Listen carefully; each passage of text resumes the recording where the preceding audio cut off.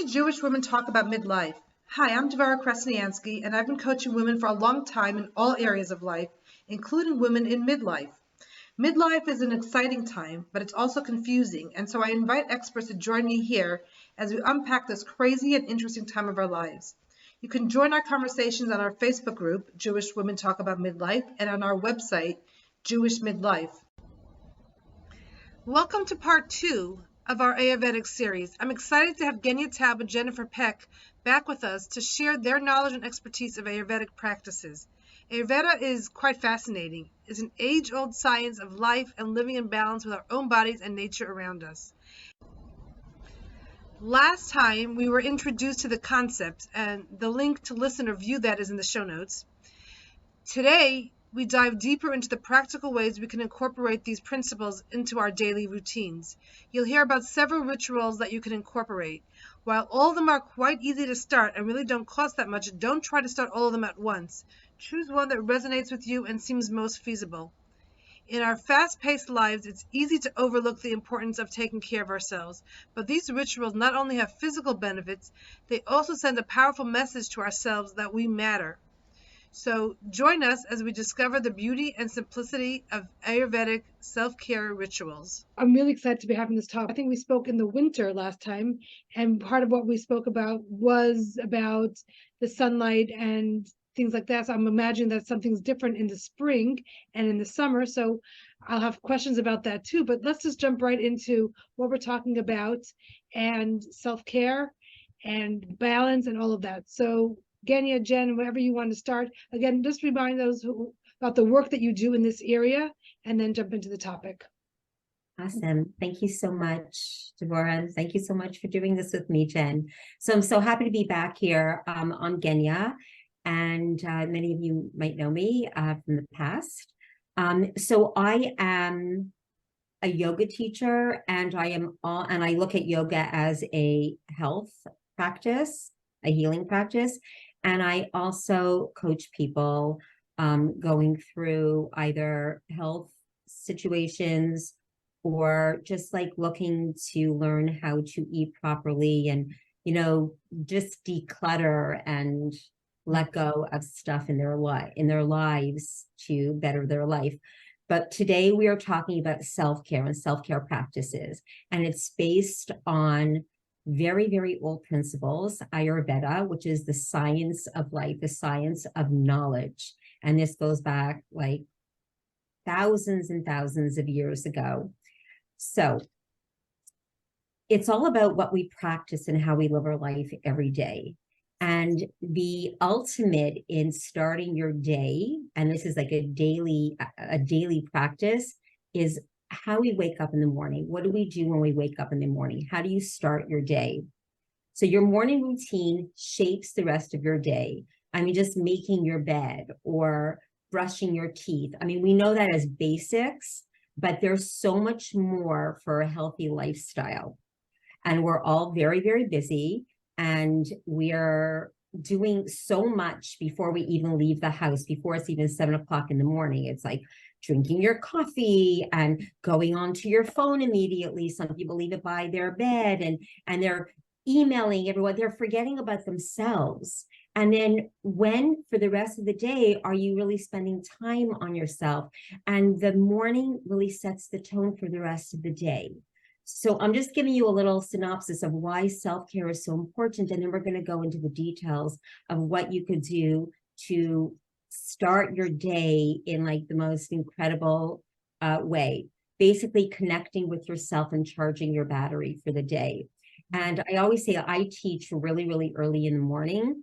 And I'm already seeing people with anxiety and stress. I mean, it's just stress from walking up the stairs to the class. They're already stressed. And it's not even 7:30 in the morning. So like when we start a practice in the morning, getting up early, hopefully with the sun, that is also a way to practice self-care instead of sleeping in. And I know none of you moms or women are sleeping in with your lifestyle, because I know you have a very, very busy lifestyle, but you have to remember yourself. And you have to do it to stay well. And that's really, really important, especially, and Jen will talk about that, as we go into midlife, and how we take care of our bodies, because our bodies do go through transitions. So this is like even more so an important time to really tap into the time for yourself. So let's begin with the rituals. I think we should go right into it. I think Jen will start. I have a list and we'll interject as we go along. So as we introduce Jen, you want to talk about the work that you do in this? Sure. Okay, so my name is Jennifer Peck. I also am a yoga teacher as well. I actually started with yoga before I found Ayurveda. And as Genia mentioned, Ayurveda is thousands and thousands of years old. But one of the things I find super fascinating about it is that it's still, to this day, the largest healthcare system in the world. So I find that so fascinating for some reason, just showing that it's proven, it's the science of life, just as Genia mentioned. And definitely the Eastern perspective. It's a whole full science. I am an Ayurveda health counselor and working to be an Ayurveda practitioner. I'm actually really excited. I'm really close to the end. By the end of summer, I'll be graduating with that. So it's been kind of a long trip in a sense. But the difference between a health counselor and a practitioner, a health counselor really works with people that are kind of generally healthy, just need a little guidance for finding balance and what works for them, what their constitution, their dosha is, and just finding balance and maintaining that.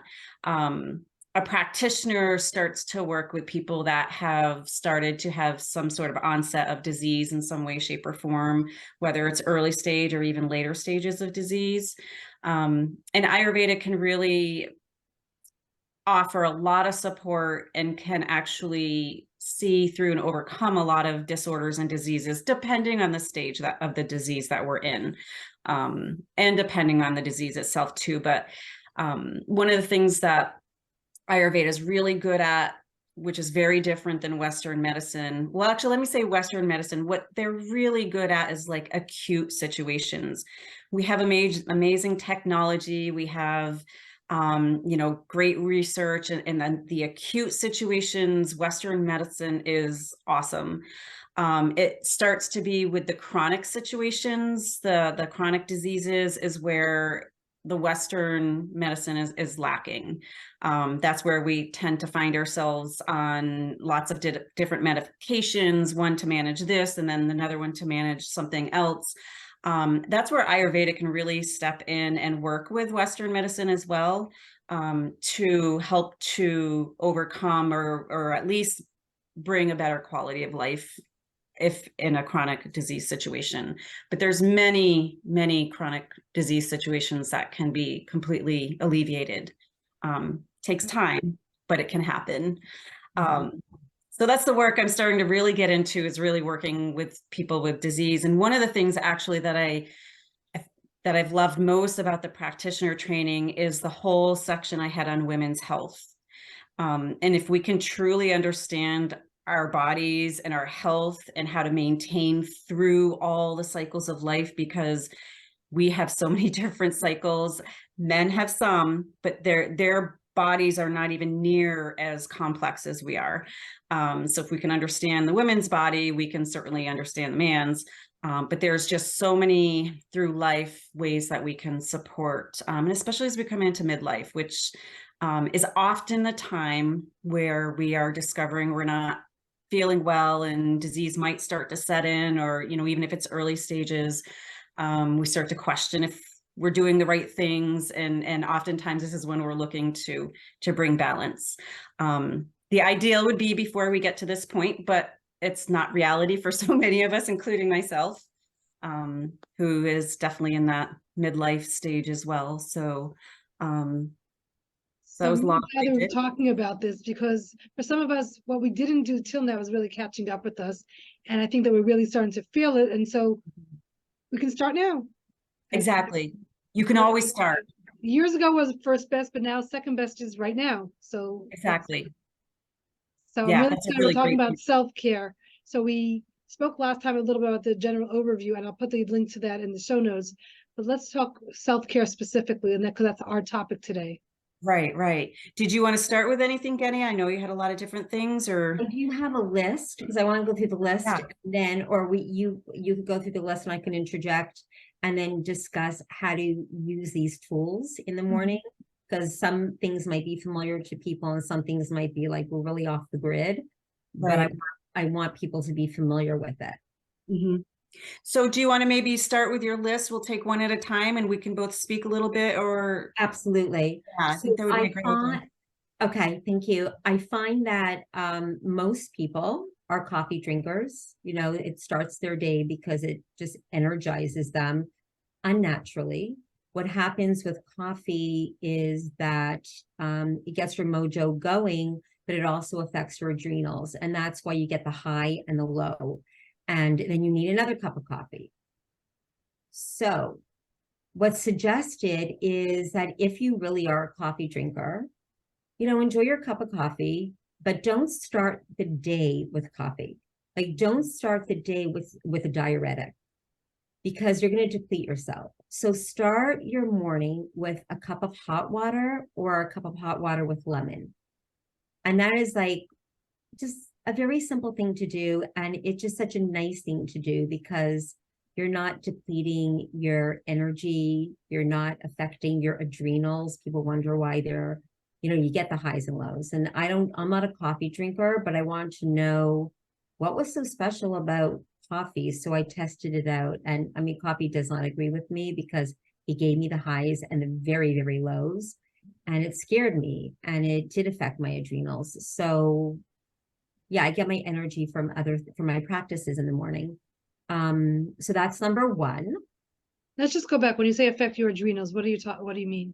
So you have adrenals. You have like these two little like adrenals that sit right above the kidneys in the back, and they affect your whole endocrine system, and they affect your hormones.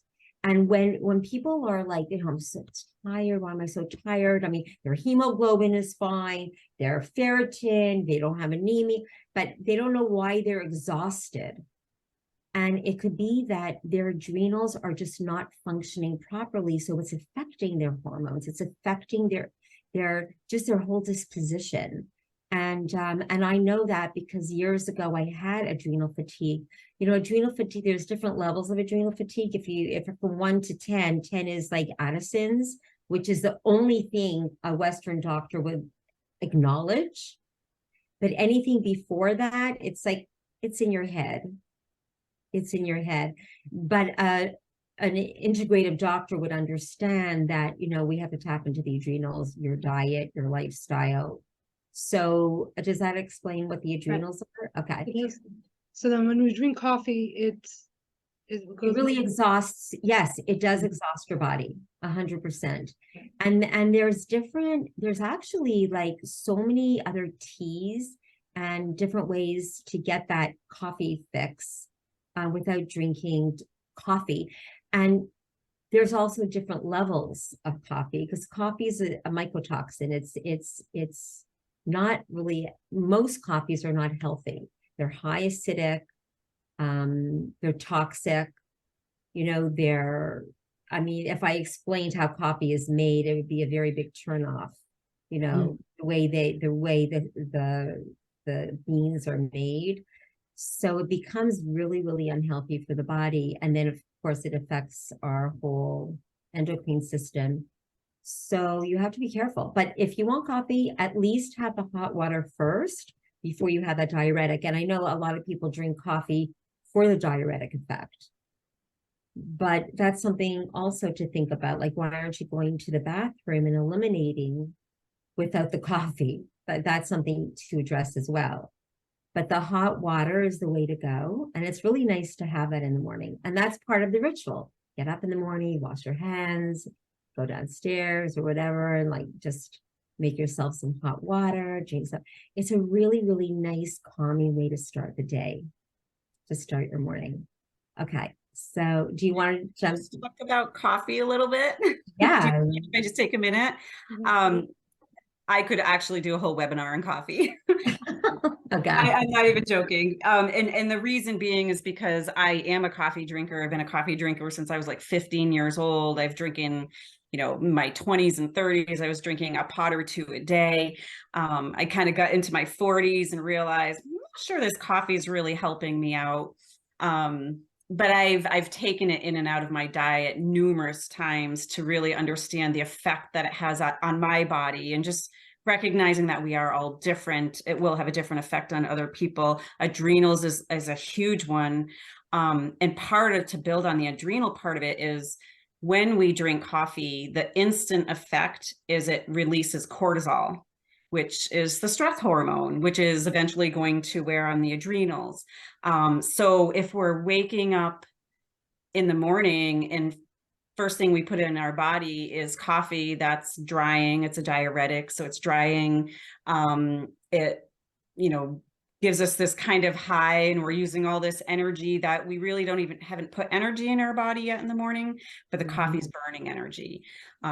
So there's a whole host of problems that can happen. And just to definitely reaffirm and reiterate what Genia said, drinking a warm cup of water in the morning is ideal, because we wake up naturally dehydrated. And if we're grabbing for that coffee, it can be really just put us into a deficit for the day, that we can be dehydrated and feel that all day long. But I do want to yeah, go ahead. Now, I want to mention the cortisol. The cortisol is the most important hormone in the body, and we need cortisol. Like, too much is, we need cortisol, but we need it at the right time. We need it in the morning. So if you're drinking coffee and depleting yourself, it's like fake cortisol. It's like fake energy.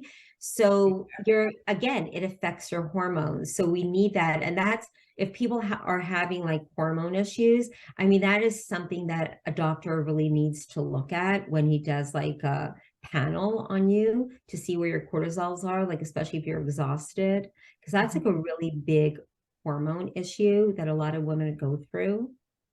Right.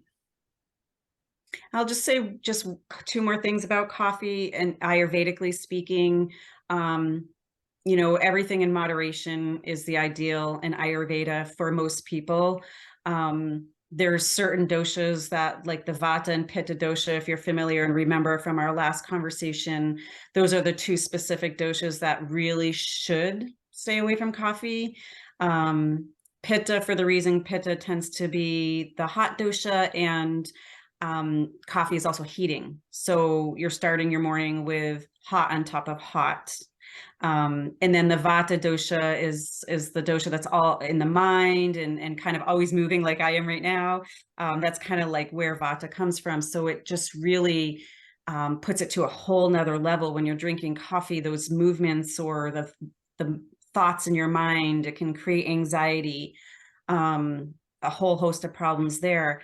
But the Kapha dosha, which is the dosha that tends to be slow naturally, tends to be, we'll just keep it at slow and sluggish. It actually can be as a medicine and helpful, but also depends on the time of year too. Like springtime is a season where if you're going to drink coffee, it's the better season, because we're in the season of wet, sluggish, slow, heavy, dense. And coffee is going to bring in the opposite of all those qualities. So thinking seasonally, we're trying to balance those qualities in our body. So the coffee can actually be useful for some, but again, it shouldn't be the first thing in the morning. And, try to get some water for sure, so that you're hydrated. But as far as what Jen's saying about like those doshas, those body constitutions, we have 3 of them. Some people have tridoshas, some people. So these constitutions in lay terms, it's like the endomorph, ectomorph, and mesomorph. So if you want to understand, the 3 body types, and then of course Ayurveda goes into like the depths. It's not just the looks of the body, but like the personality and what's going on internally. So, right. Yeah. I just want to jump back with the question. We said we should start the morning with water, and you gave the example of hot water or hot water with lemon. Is it the hot in the water, or is it just any water? And you're saying instead of having warm coffee, have warm water? You mean the question is does it need is to be cold hot? water okay too, or room Okay, temperature? that is a good question because most people will go right for the cold water. It's recommended to do the hot water because you always want to create this heat in your abdominal area, in your gut, and it warms up your gut. It calms your digestive system for the day. I mean, Jen could talk about it more, but the cold, I mean, first of all, I would never drink cold water. I would do room temperature water. You don't want to shock your whole like digestive system. But it's not even warm, like the hot, not boiling hot, but the hot water is very, very calming and therapeutic for the gut. Yeah, it's also just more hydrating, naturally hydrating, because it's going into, we have to heat everything up that we take into our stomach. So ideally warm is going to keep the fire going. So it's going to hydrate much quicker too, drinking the warm water, or the hot water. But also even not just a little bit more beyond hot to take it a little bit further. Ideally, if you can boil your water and drink it from a boiling point. No, you don't drink it from the boiling point, but you boil it first, let it cool down enough to drink. It also helps, by boiling it, helps it to break down the water so that the body can digest it. You know, we have to digest our food, but we also have to digest our water. And sometimes water can be very hard for some people to digest. So boiling it makes it much easier to digest, and it's drinking it warm or hot is also much more hydrating. Yeah, it feels good. It does feel good. So the next one is, I mean, do you want to jump into another one? We'll go back, we'll tandem. Well, I do want to ask the question about when to wake up. We were saying to wake up with the sun. So throughout the year it changes. So now that it's springtime, at least here in the Northern Hemisphere, it's springtime. The sun is actually earlier than it is in the winter. Are we getting up earlier? Good question. Ideally. The time is like, Ideally, yes. So the ideal is we're getting up with the sun or just prior to when the sun comes up. So I think where I am, more in the Northeast as well, it's about 5:30 when the sun is rising. So even getting up a little bit before that, it's actually light, but the sun hasn't risen yet, is the ideal. But if you're not getting up quite at 5:15 or 5:30, like if you could definitely make an effort to get up by 6 o'clock in the morning, because we start to enter a slow, sluggish time of day when 6 o'clock hits.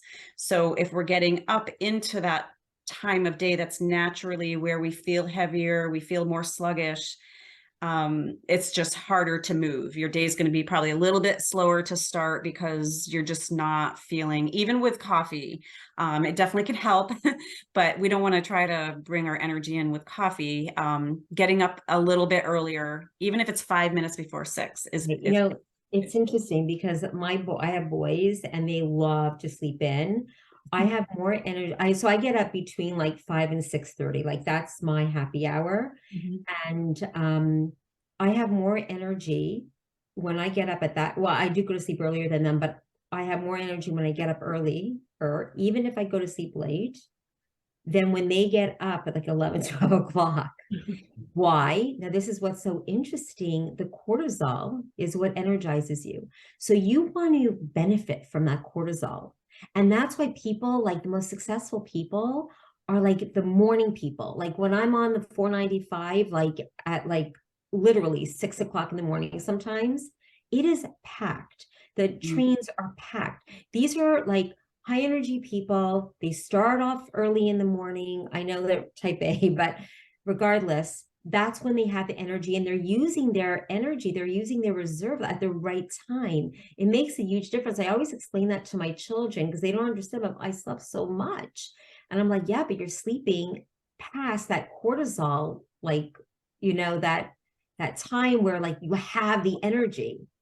It's fascinating. You know, you sleep with the moon, you wake up with the sun. Like that, it's just like the rhythm of the world, the rhythm of nature.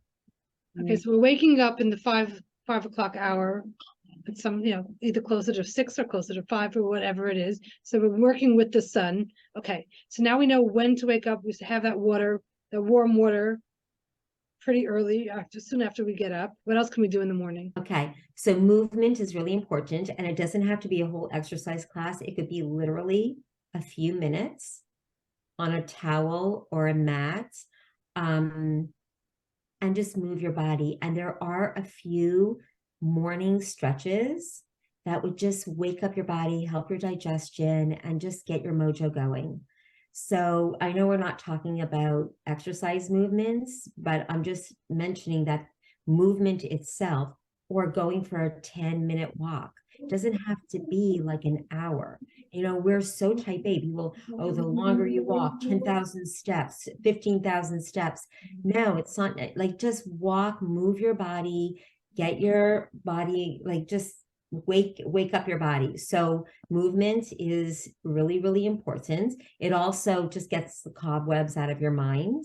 Because right when you wake up, your mind, that's what the mind wants to do. It plays tricks on you. It just starts to like make up stories. So you want to clean that up. Okay.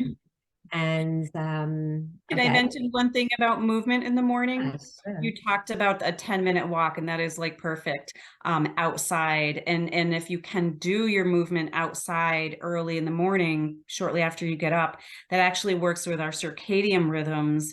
And so if you are a person that struggles to sleep, get up, get up early, or get in bed at the right time or good time, just by getting outside for 10 minutes every morning can help to reset the circadian rhythms so that we can move with the sun and the moon, so that we can go to bed with the moon and get up with the sun. It will, and sometimes when we're not spending time outside, especially in the morning, those rhythms can get very scattered. And that can be why sometimes we struggle to sleep at night, because our circadian rhythms aren't working properly. So the outside, I'll always say that's really important, outside. Yeah, out being in nature. And if you could walk barefoot, oh my gosh, connecting with energy, the negative energy in the body, we're meant to walk barefoot. So if you could just walk a little bit on the grass, concrete, I know like Brooklyn doesn't have much grass, but just walk outside barefoot. It is so therapeutic. Or on the sand, just connect with the earth. I have a book called Earthing. It's just really special. Or if you walk to the park, like, because I know a lot of people walk to the park in Brooklyn, just take your shoes off and walk around barefoot. So, Right. So we're talking about walking at least 10 minutes of at least, walking, yeah. ideally outside, weather permitting. And even if it rains, 10 minutes is not Even if bad it rains, enjoy the rain, enjoy the snow, enjoy, yeah. Absolutely. Yeah. Accordingly, and just go out there. Yeah. So next, breakfast. So breakfast comes like after all my rituals, because my rituals are very like I just don't want food in my body when I'm doing my rituals. But I usually know what I'm going to be having. Like when you prepare to succeed. Like I like to know what I'm doing, just like a calendar, like you know what you're doing the night before. Look at your calendar in the night before, so you know what to expect the day after. But breakfast is important. Try to eat breakfast that's digestible. Some people, I know in Ayurveda, there's questions about smoothies. And if you do have a smoothie, it shouldn't be cold, it should be room temperature. But I know that it's a very easy thing to make. You know, you're getting all your nutrition and protein and all, and it's easy to digest. But then there's so many other delicious things to have for breakfast. But that's also a very individual thing. But breakfast is really, really important. People think, oh, I'll just eat lunch.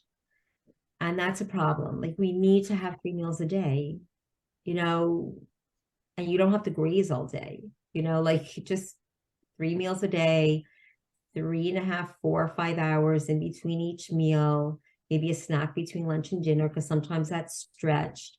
But we need to replenish, just like a car. We need to, you know, reboot. Can I say one thing Ayurvedically about eating? Breakfast, of course, being important, in the 3 meals a day. And the ideal in Ayurveda for keeping balance and for self-care is not only just eating those 3 meals, but I know this is hard, but ideally the same time every day, because that allows our digestive system to properly function, and it actually learns over time. So if you can say, just for an example, we're eating at 8, noon, and 5, or whatever it is, over time, in a short time, if that's consistent, your body will learn that, okay, food's coming in a half an hour at 8 o'clock in the morning. And the body starts to actually prepare for digestion because it knows food's coming. The problem with skipping meals, and even grazing through the day, it's definitely, grazing is not a recommended way to go at all through Ayurveda, because your body, your digestive system never is able to rest. It actually taxes the system all day long. And food doesn't get properly digested because the digestive fire is not optimal, because it's probably likely very low because it's constantly has food on it, and it's taxing it. So the ideal is 3 meals a day, same time. I know that's difficult in our busy lives. I know that's probably one of my honest biggest challenges with my schedule. Sometimes there's just no time to eat, and I might be grabbing something on the go, which isn't the best thing, but at least I'm trying to get something in. So I recognize that that's a huge challenge, in our world. But And as far as lunch, they say the best time to eat lunch is between 12 and 2. That's like when the sun is directly above you, and the food becomes more digestible. I mean, this gets very technical, but yeah. So and to breakfast. keep it simple, Ayurvedically speaking, noon to 2 is when our digestive fire is the hottest, every single day. So also that should be ideally we're eating our largest, heavier to digest, biggest meal during lunchtime, because we have the ability to digest it. Whereas, morning time, digestion's just kind of waking up. So if we keep it a little bit lighter, and then our biggest meal at lunchtime, and then supper should be something light, because now our digestive system, our fire is starting to lower and slow down and prepare for the night. So Ayurvedically speaking, it's best for your biggest meal at lunch. And that is one I've noticed really for myself. I used to always have my biggest meal for dinner. And I've really switched that over the past couple of years. And I notice a huge difference. I've actually gotten to the point where if I eat something heavy at night, I know I can't digest it, and I can't even sleep because it's just too heavy. It affects my sleep. I know it's very hard because when you keep Shabbat, and you have meal, especially at this time of the year when you eat really late, we do too. It's very, very challenging. So you have to work with it. You do. Yeah. Yeah. Well, So we can serve less, but yes, I think that it makes it very challenging with the later meals and weddings too, even though. yes. Mm-hmm. Yeah, the 10 o'clock dinner time at weddings, like I've been there, done that. It's hard. That's okay sometimes. It's just if we're doing it all the time, like there's everything in moderation. So, if we can keep it, mostly on a schedule, but reality is we're going to be going to those weddings and eating late. Like that's okay once in a while. There's a lot of weddings. Oh, is there? Going into June. I don't go to a lot of weddings. Actually DJ weddings, but that's just something else I do. But yeah, I guess if there's a lot, maybe. Oh, there's Shabbat once a week, so there's always that. Oh wow. Right. But there are tricks that you could do. You could serve fruit in the beginning instead of afterwards, because if you're eating a big meal and then you have fruit afterwards, that could really make your stomach like really uneasy, because fruits get digested really, really quickly, and then you have all that food that the fruit is sitting on top of, and it has nowhere to go, and then that's when you get stomach aches, you can't sleep at night. So, and in the old, like, people do that. They, even at weddings, actually, they serve fruit in the beginning of a meal. My grandmother used to serve the cantaloupe or the grapefruit at the beginning. Correct. Right. So, but now we've like started to serve it as a dessert. Right. So it's, these are little things that you could play around with or have a later, or maybe like serve everyone like something before Shabbat starts and then have a later dinner. I don't know. It is tricky, but you work with it. You try your best. Just a little trick if you're eating late at night and you're going to bed and your stomach is still full. If you lay on your left side, it actually helps to digest the food quicker because the stomach empties on the left side. So gravity is kind of working to pull it through the stomach and into the intestines. So it does actually assist in digestion quicker. And also just because of the way that our digestive fire sits in the stomach, kind of you think about a fire and the way that it needs oxygen and it needs space above to build that fire. So it's kind of the same thing. So it sits kind of just like to the left, the lower of the stomach.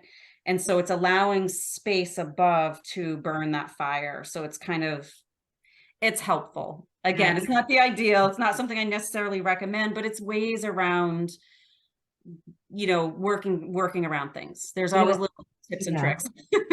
I have since I was a teenager, because I study like the principles of Maimonides, and he teaches those principles where you go to sleep on the left and you wake up on the right. And he explained it. You said the stomach, but he explained that the liver, which is on the right, needs to do its job. It's filtering all the food. So you let it be on top, but then you don't want to let the heart be on the bottom where it's like just like being squished all night. So you wake up on the right, and people say, how do you organize that? And it just happens naturally as you train yourself. But I remember Maimonides teaches that, you go to sleep on the left, you wake up on the right. Fascinating. It is. It's great. It's amazing. So so we talked about when to go to sleep, if you're not going to go to sleep at 8:30, or 9, like between 9 and 10 is like a really, really nice time if you can, or just like prepare for bed. Just prepare yourself for bed. But I would love to get into like the nitty-gritties, like the oil pulling. So I don't know if you're familiar. Deborah, are you familiar with oil pulling? We spoke about oil pulling last time. Okay. Yeah, I remember we did vaguely. Yeah, a little bit. Yeah. So this would be a morning routine you're talking about, right? Morning. Yeah, in the morning. So like before, like you even brush your teeth, as we sleep, our mouth just collects so much bacteria, and you'll see it on your tongue, your gums, so even on your teeth, like they don't feel smooth.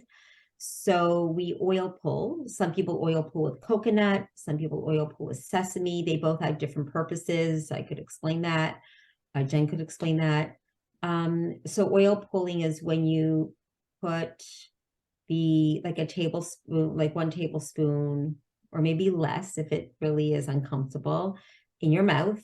Like keep a jar in your bathroom and just swish it like that. Some people do 5 minutes. I happen to make my bed as I'm oil swishing. I'm making my hot water as I'm oil swishing.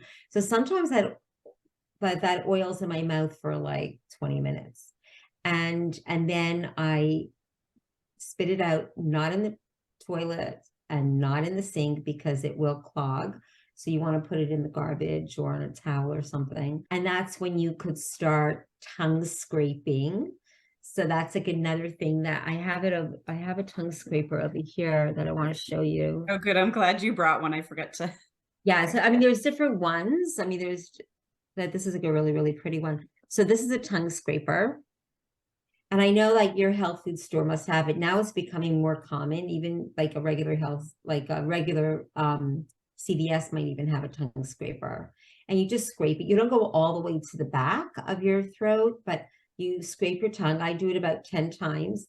And it seems really gross, because it kind of is, but so much comes off that tongue. The thought of people not tongue scraping amazes me. Like, it's like, how could you not tongue scrape? Once Like, you start doing it, you won't stop, probably. yeah, because it's such a clean, like your mouth is clean, like your tongue is, and you learn a lot from your tongue. So some people scrape and it's still white, and it could be like, a message, something is going on, but your tongue has so many buds in it, and there's so much that's penetrating into those buds. So you want to just like scrape out all the bacteria, and then you clean it up, and then you brush your teeth. Some people brush their teeth before tongue scraping. I like to tongue scrape first, and then I brush my teeth. So does it need the oil, or is that totally separate? Like ideally you should do oil on tongue scraping, but if you don't do the oil, can you still, does the tongue scraping work just as well, or? Well, it serves At different least do that. purposes. So like the tongue, I mean, you could explain, Jen. I would say at minimum do the tongue scraping, and if you can incorporate the oil as well, that would be the ideal. But what I find too with working with people, as we start to build our morning routines and rituals, do the one that makes most sense to first and get really good at that. Like just add one thing at a time. So it's not about adding a bazillion things to your morning routine all at once. It's like one thing at a time. I wanted to talk a little bit about the tongue scraping, just some of the detail about it. So we're, as Genia said, there's so much we can learn about our tongue. And oftentimes we're waking up, and if we look at our tongue, you can see a white coating on it. And some people have a white coating all the time. Some people have it sometimes. When you look at your tongue, actually, the further you look back is actually presenting what your digestive system looks like, and in particular your colon. So if there's a lot of white there, toxicity, then that means there's a lot of toxicity in the colon. Not to scare anybody, but just by simply scraping it off your tongue. And that's why I say, like, if you pick one to do first, my recommendation would be the tongue scraping first, because so when you're scraping toxins off of the tongue, you actually never want to use a brush and scrape the tongue. I know a lot of people do that. Matter of fact, I used to brush my tongue before I knew about tongue scraping, but you're actually pushing the toxicity back into your bloodstream. So you definitely want to use a tongue scraper, or you can also use the back of a spoon. That can work the same. So you don't have to buy really anything fancy, but that's the other way. Just don't use your toothbrush to it'll push things back in. But one of the other things that the tongue scraping does specifically is it's not just getting rid of the toxicity, but it's actually stimulating every organ in your body, because there's a representation on the tongue of every organ. And sometimes, like, if there's different things going on the tongue, you can see bumps somewhere, or like ridges. There's a lot of things that you can understand, not tonight, that you can tell. But just by stimulating all of the organs in the morning, it can help to bring in energy into the body. Also, specifically, it really works on the digestive system. So if you're a person that's ideally, we're eliminating in the morning. And when I say eliminating, not just peeing, but pooping. We like to talk about poop a lot in Ayurveda. The tongue scraping actually stimulates the digestive system and gets ready to eliminate. So if you're somebody that struggles to eliminate in the morning, or you're using coffee to eliminate, the tongue scraping can regulate that for you. Just that simple act of doing that every single morning. And then over time, you'll find that you'll start pooping regularly. Because I know that is part of the ritual that Ayurveda would say is poop in the morning. It's not possible for all of us, but that is the ideal. And yeah, so tongue scraping can help that too. Right. And that's why people drink coffee, because they just want to do that in the morning. But right, that is a big reason a lot of people use it as their way to eliminate. Right. So the next, well, the hydration is really, really big. Another way to increase your electrolytes and energy, is to add a little Himalayan salt to your water. Like after you have your hot water, what I do is in the morning, I'll get my hot water ready, bring it upstairs, because I do my rituals upstairs. And then I'll have my big glass of water, room temperature water. And yeah, so I'm having that before breakfast on an empty stomach. It is so nice to have that hydration on an empty stomach. It just goes through you. It's cleansing. But adding the salt, the Himalayan salt, could add like a tremendous amount of electrolytes. You don't have to buy electrolyte drinks from the store. You can make it yourself. So if You we're could talking even about like a quart of water, how much salt is that? maybe like a quarter teaspoon, like just like a Very little little. bit. Yeah, just a little bit. Just a little. It's not going to be overly salty in a large glass of water. Yeah, you could also do salt in water as a mouthwash. You don't have to buy mouthwash. You could just gargle with your own homemade mouthwash. And then another great ritual, and I know for some people it's very hard to journal. I know for me, like I go on and off with that. I mean, I do, like I do write my gratitudes, like what I'm grateful for, usually like the night, before I go to sleep. But it's really, really nice to give that recognition to all like the things you're grateful for. It doesn't have to be like it could just be 3 sentences, a few words, just to get it out, just to, it's a nice way to go to sleep. It's just so calming. And so like you're going to sleep with such good thoughts of like, even like the challenges of the day, there's still something you could be grateful for. And then prayer, which I know we do, we do those prayers. And just having the quiet time in the morning. And I've learned this because I used to listen to podcasts while I was doing my rituals. I used to listen to my lectures while doing my rituals. And my Qigong teacher taught me a while back, like, those are so distracting. Like, you should listen to music without words. Just listen to sounds, like vibrational sounds or classical music. So your body just hears sounds, because words sometimes takes us to other places, takes our mind. So I just let go of all those podcasts and lectures, and it feels so good because it's like so much information. It's like you can't even calm your mind when you're listening to all these lectures. It's like I was like a lecture junkie, and I was like, no, now it's time to just listen to classical music or vibrational sounds. So that's like how I practice my meditation. And when I say meditation, it could be meditation through movement. It doesn't have to be sitting in a lotus. But I do my breath work. But that's something that, that's like a whole other that's like a whole other session that we could discuss. But breath work is really nice. It doesn't have to take long, just like a few minutes. But the breath work is really, really important also just to wake up your vagus nerve, that also is connected to your gut, and just like connect with your breath, and it also brings us into the state of presence, when we're not in our mind, but we're in our breath. And so we're able to just be, we're, and then the day could start, because the day is going to be like insane, in a good way, but it's just going to be busy. So now is your quiet time. No words, just chill for yourself.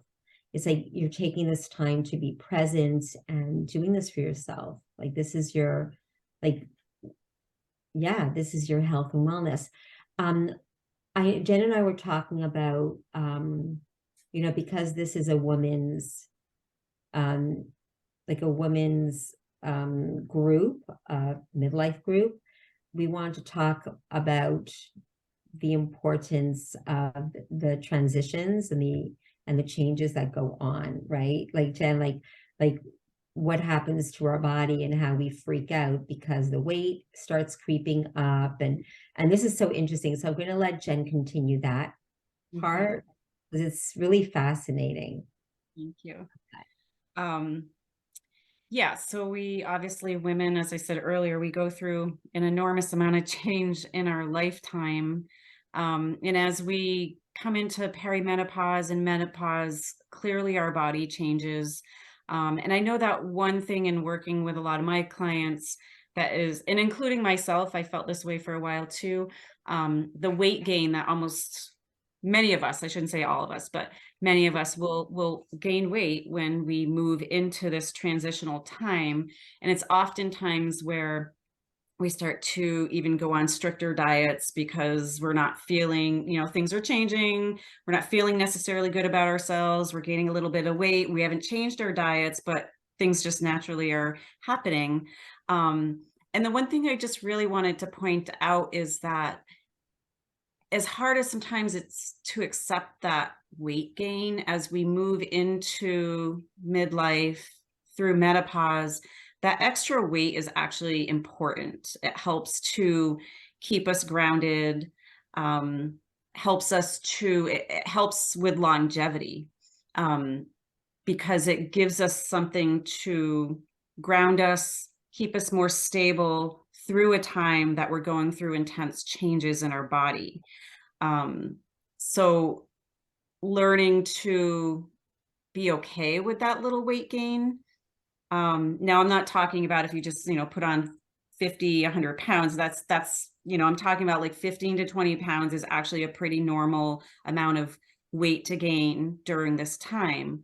And then usually by the end of menopause, when you're actually completely through menopause, you'll start to notice naturally if your diet is good and, you do the things that you've been doing, that weight will start to fall off again, because but the body needs that weight to protect the health of the organs and all the systems as you move through menopause.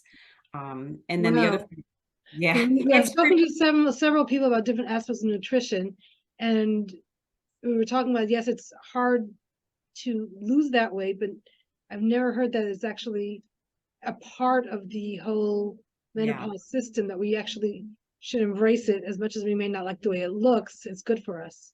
It is good for us. Yeah. And it just, again, it's not a huge weight gain I'm talking about, and it is harder to lose.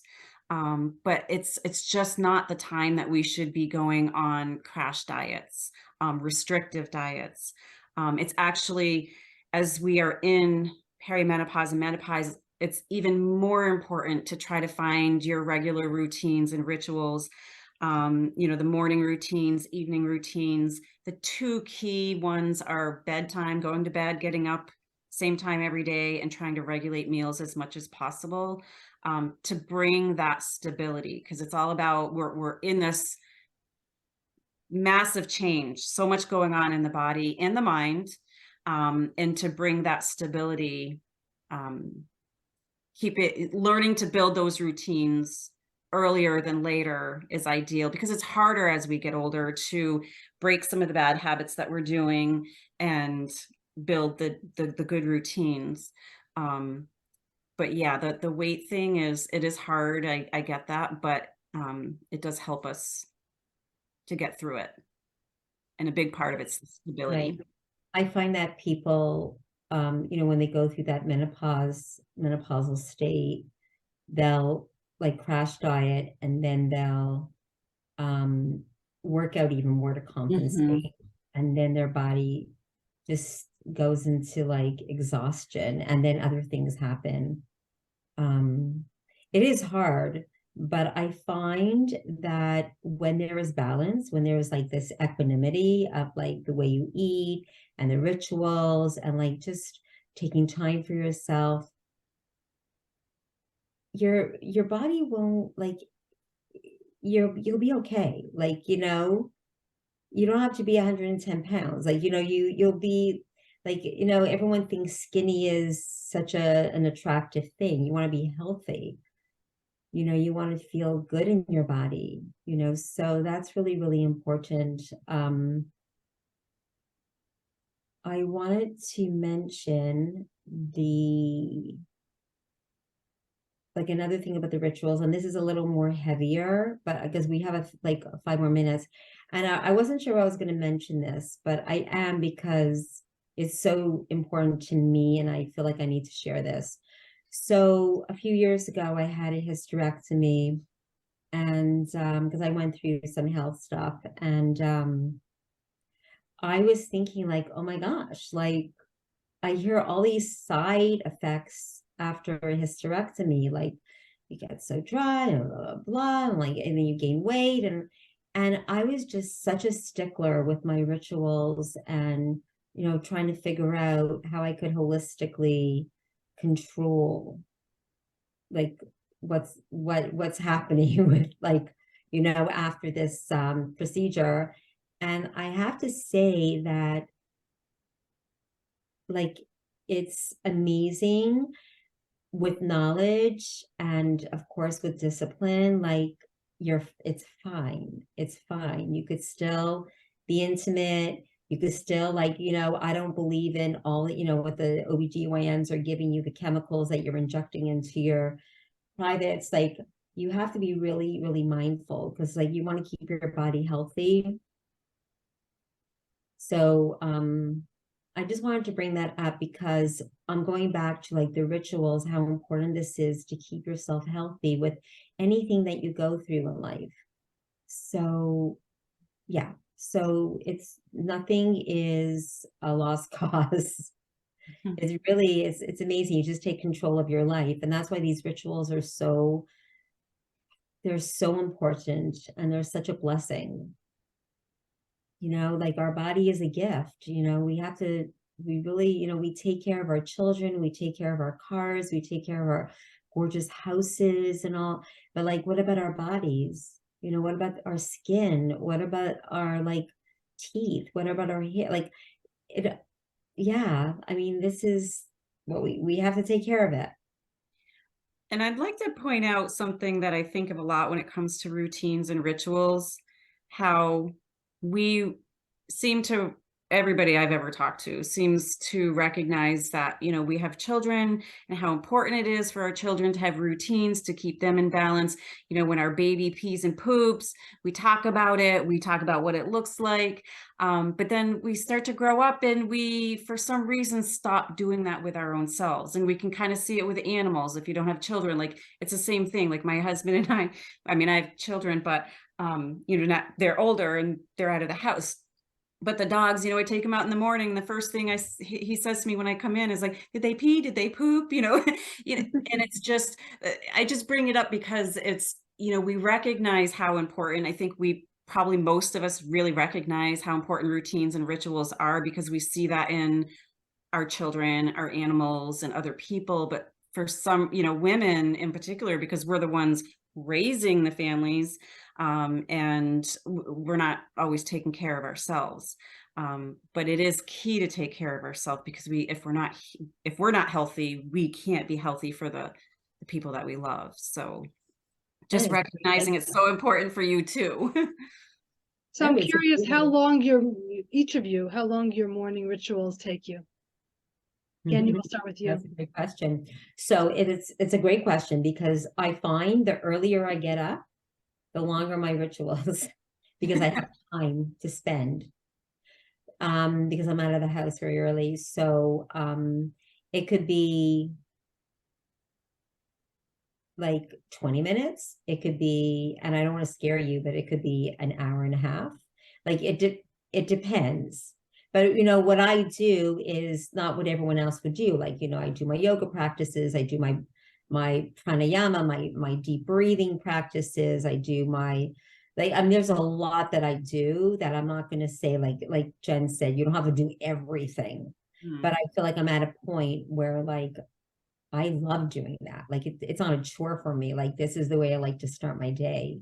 That's why when I get up early, like part of me is like, oh, I would love to sleep in. And then I'm like, no, I'm getting up. I have so much to do now. I get to do so much more than I would have done if I went back to sleep. So I just like hop right onto my mat. And I literally keep my mat open in my bedroom. Like it is there for me. Like I don't like put it in a corner in the closet. Like it is waiting for me. Like, you know, so because that's really important to me. I call my mat my magic carpet, my vacay, my little mini vacay. And then I start doing my stuff. So yeah, to answer your question. Jen? What about you, Jen? Mine varies a little bit, kind of depends on my schedule that day. My very regular routines are about 20 minutes. The ones that I never skip. So like, the getting up, washing my face, brushing my teeth, the tongue scraping, the oil pulling, getting outside. I have dogs, so that's actually an easy one for me, getting outside and just doing a walk around the yard. Those are really kind of my core ones.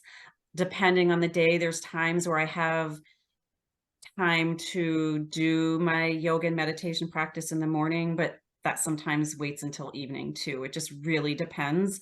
It always happens, but and so with that said, like that seems kind of like a regular, but the body can also get used to, if you have your core things that you do in the morning, and it doesn't have to be more than 20 minutes, it can be even be 10. Just as long as you have those regular things that you're doing. And then on the days that you can fit a little bit more, take that time to do it. Right, if you have time. But If you have time, I right. just realized we forgot one more, which is so important to me. I wish I remember this. I mean, I remember now, and I know it's getting late, but I have to share this with you. So this is a dry brush. I have different ones. So these are dry brushes. So they're not wet. They're not for the shower. They're kept dry. And this, I dry brush my body. I mean, Jen, I'm sure you do this as well. So I go from like the top all the way, I mean, the bottom, like from my feet all the way up my leg, my arms, my belly. I have to use this one for my back, my chest, so even my backside, like I try to get into like my kidneys. So what's great about dry brushing is that it really stimulates the lymphatic system. And the lymphatic system is like the body's garbage can. It doesn't have its own filter. So we have to filter the garbage to get it moving in the body. So I just love waking up to this. So like sometimes I get to take a shower after because your body, like all this dead skin comes off.